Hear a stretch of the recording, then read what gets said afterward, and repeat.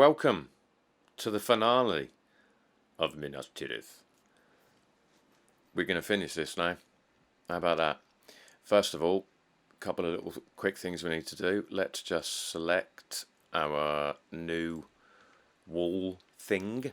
Tab Q first, or not Q, or Control A, I suppose, whatever. All transforms.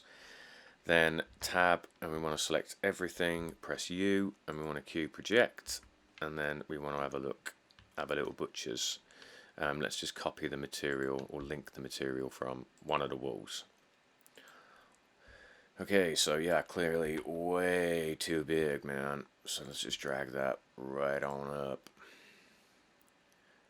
Bit more. Perfect. And then, because this is an array, we only need to do one of these. Tab into edit mode, press A, U, Q project. It looks, it's not Q projected, and we want to shift click, might as well click this now, to link the materials. And let's grab one of these. Let's have a butcher's.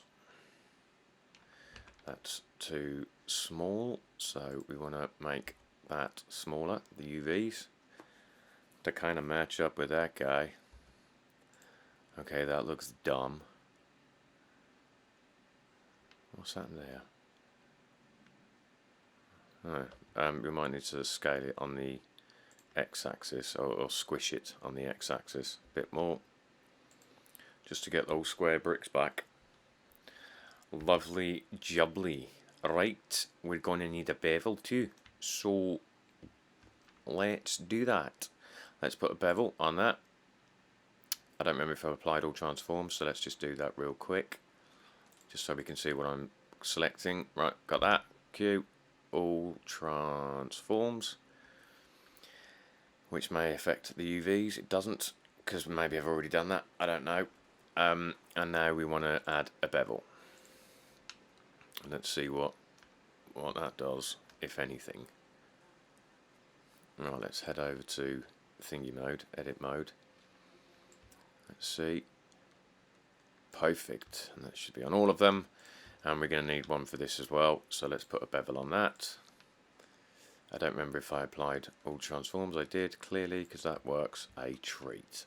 So, and if we turn the grass on, and I clear my throat, let's head over to viewport, and let's look at close to the final scene. What do you reckon? Pretty sweet. It's going to look better soon. Let me just quickly peek at these towers.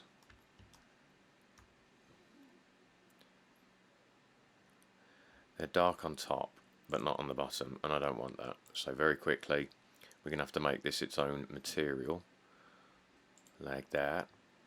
And we want to move the phase to somewhere else. Is that going up or down? It's going down. A bit more. That's better. That's better. Beautiful. Right. So now we've got to set up the mist pass, maybe depth of field, and no. First off, we need to put a pathway on this. So select the ground plane, press 7, and you want to go into texture paint. Excuse me. Texture paint mode, press N, and then in this menu under tool we want to add a base color like this, and yeah, that'll do. That color's fine. Let's put that up to 2048 to 2K, 2048 by 2048. Okay, and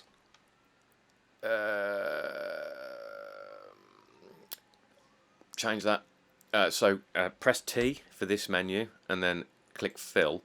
And we want to fill this with black, not the colour we'd initially selected. So fill that with black, then pick a light, not that light, like a light brown colour, I suppose. That, I guess. And you can press F to change the shape, and we just want to drag a line like that.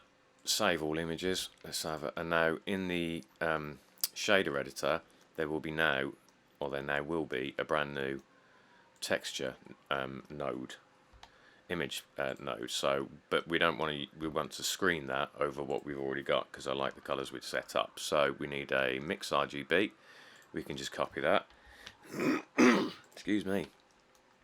We're going to change this to screen because we don't want the black. We're going to drop that bad boy in there. I don't know if we're going to need mapping for that. I don't think we are. And then put that in the bottom and bosh that into the base color. And let's have a butcher's.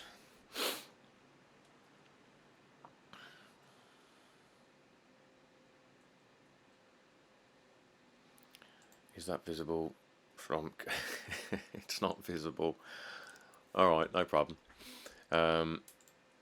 So what I need to do, which way do I need to take that line? So it's got to come out here, and then maybe we can have one intersecting at the top. Okay. So let's just paint over that. We want to go back into texture paint. And we just scrap that. So just fill it with black again. Click. And now we want this. By the way, to save colours, if you like one, always do this. New colour palette plus, and then that'll be available for the project. So let's say that this is actually a bit of a curved line. And let's say that somebody has a path that comes from like over here. You know, it'd be easy, Nick, if you actually went into the camera. Then you could see. I don't even think that's... Is that it there? Oh, that's it there. Well, that doesn't work, does it? Alright, let's just put one here. Just, I don't know, grab a line. Meh. There we go. That's the pathway. Oh, save all images. Very important. Object mode. Back here. Let's just quick check before we set up the mist pass, the depth field, and then we render. Yeah, it's a path. This has got a bit too much undulation now, actually, this ground plane. So let's just go into the... Oh, we already applied it. That's fine. So to fix this, because it's too bleh, just press SZ, and then that will, as you can see, bring that up a bit better. I've pressed save. Blast. That should do it a little bit better. So baby pictures. Come on, lad. Yay. Okay, that's it. Wicked. Right, mist pass. Let's do it. So a couple of things we need to do for mist pass. We want to go into this one, the view layer properties. We want to tick mist. You need to select your camera, and under your camera you've got a viewport display. You need to tick mist, and then in the world properties, if we go into top view, our camera's here, and we've got under mist pass, we got where it starts and where it ends. So we don't want any mist right at the front. That would be silly. So maybe we'll start the mist about here. So it's going to start just before the citadel, which means anything beyond this point can be affected by the mist pass. But what we need to do now is move the depth way out. You see that line's moving out. Keep going, keep going, keep going, keep going. We'll see it in a minute. Maybe we won't. Let's go into thingy mode. X-ray. Nope. So we could go further. Depth. Keep going, keep going, keep going, keep going. I mean, that should do the trick. That's more than going to do the trick. In fact, let's...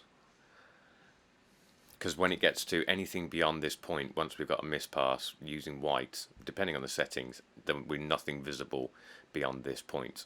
So, but I do want the mist to start here and then creep until it's not visible a bit further than that, I guess.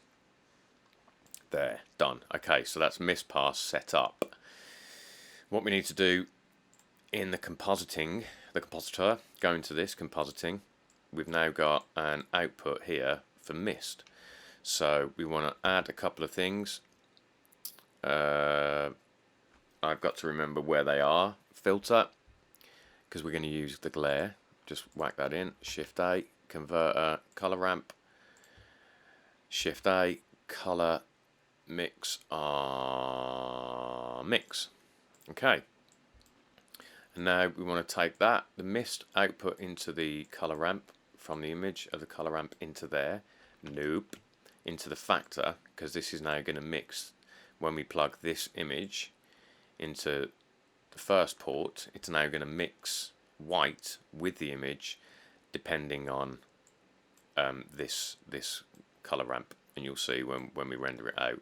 And then we want to put that into here, put the glare into there, and just before we start, fog glow is normally what I like, and put about a threshold of 0.3, and then it's kind of set up for when we render, and then we'll see what happens when we come back. One final thing before we render, go back to shading.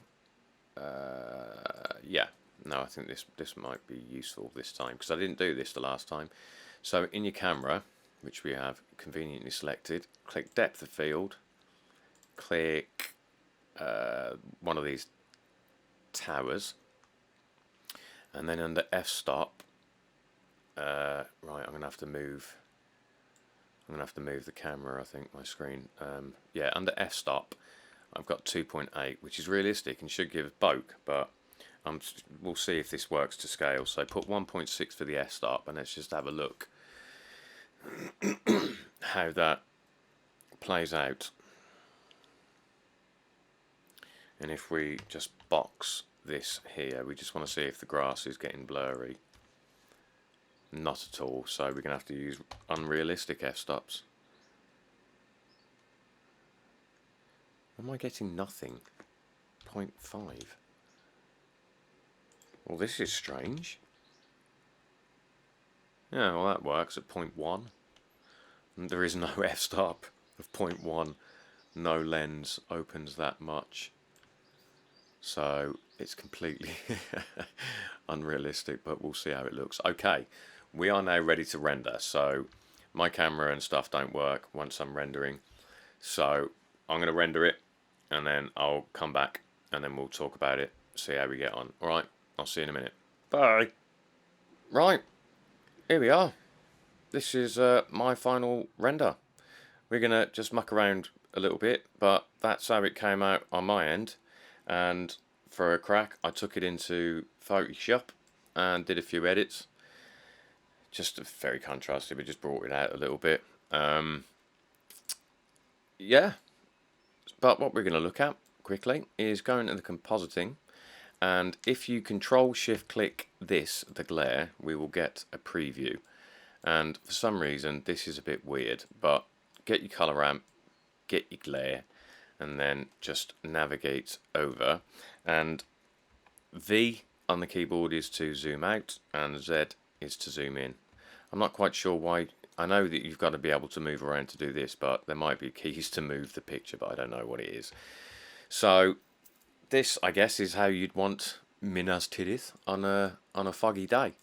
So as you can see, the mist, there's more mist here than there is at the front, because the mist pass started just about like here on that landscape. So, and then because with this mountain we put further back, that one is barely visible, but the information is still there. This is just mixing the mist pass. So one thing, say if you wanted less, this is just, you want to see more of this mountain, it's just because we're mixing in white. If we control shift click the color ramp, this is what the mist pass does.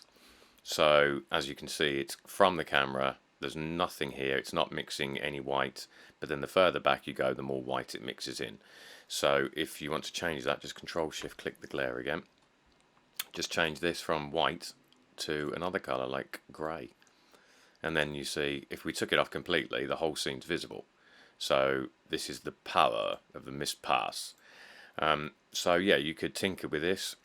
Maybe you only want, you know, a little bit of mist, and if you move this one, you're pushing the boundary of where the mist starts further into the scene. So if I drag this, you'll see so now it's quite clearly the mist is only starting here, so it's not taking a lot of time for a mist to develop, whereas from here it's starting from here, so that looks more realistic in my opinion.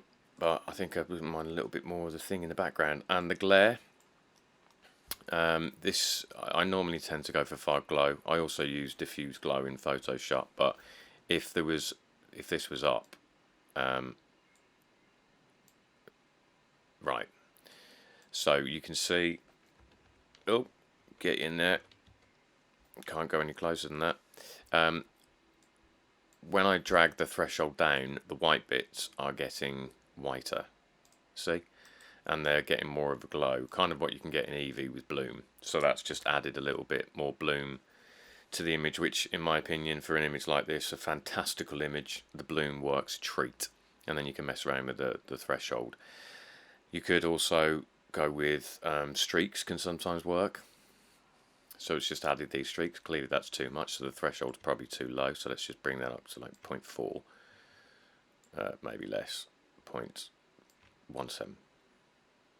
Too much. You get what I'm doing. So you can play around with different types of glare, mix it in. You can just take that, put that on the end, and have two glares.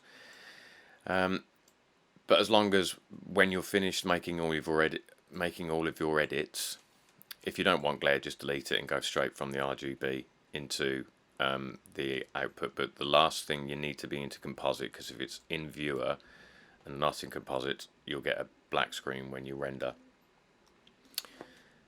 That is it. That's the epic journey over. We are complete. Hurrah, that was wicked. I'm chuffed with it. Play around with all this, re-render if you want, change a few bits and bobs, do what you want. But now you know practically everything I do with when I made this. That is the lot. I think I'm fairly sure I added a bit more detail, but that's because I wanted to. With this, you've got enough in there, and you've got the knowledge of how to make even more detail. But that was brilliant. Minas Tirith is complete.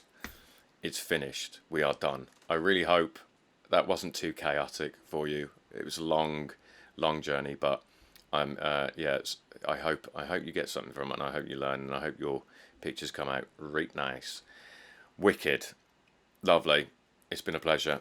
I'll see you in the next one. Bye bye.